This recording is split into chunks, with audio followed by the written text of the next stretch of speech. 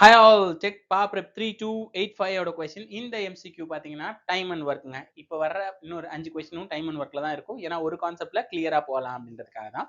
S, இந்த கொஸ்டினோட answer தெரிஞ்சா comment பண்ணுங்க. ஆன்சர் தெரியலையா நம்மளை ஃபாலோ பண்ணிக்கோங்க. ஆன்சர் வந்துகிட்டே இருக்கு. The answer is 15 days. எப்படி சார் 15 days அப்படிங்கிறீங்கன்னா, இந்த கொஸ்டின் ஒரு ட்ரிக்கியான கொஸ்டின்.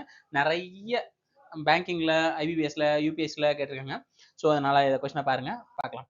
எஸ், நம்ம ஆல்ரெடி பார்த்துருக்கோம். 1 day of workனு சொன்னா 1 by அப்படின்னு சொல்லிட்டு அந்த வேல்யூ போட்டுக்கிறோம். 1/20, 1/30 and 1/60 ஏபிசியோடது.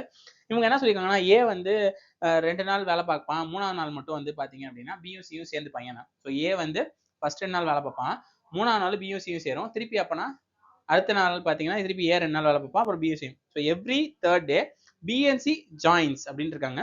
ஸோ அப்போ எப்படி பார்க்கறது அப்படின்னு கேட்டிங்கன்னா, ஃபர்ஸ்ட் நம்ம என்ன சொல்றோம், செட் ஆஃப் 3 days அப்படின்னு எடுத்துக்கிறோம். So first set of 3 days அப்படின்னு எடுத்துக்கிட்டு, ஸோ ஃபர்ஸ்ட் செட்ல பார்த்தீங்கன்னா 2 நாளைக்கு என்ன பண்றாங்க, ஏ வேலை பார்க்குறாங்க 2 into 1/20. அப்போ அடிச்சு போட்டோம்னா 1/20 வரும். சூப்பர்.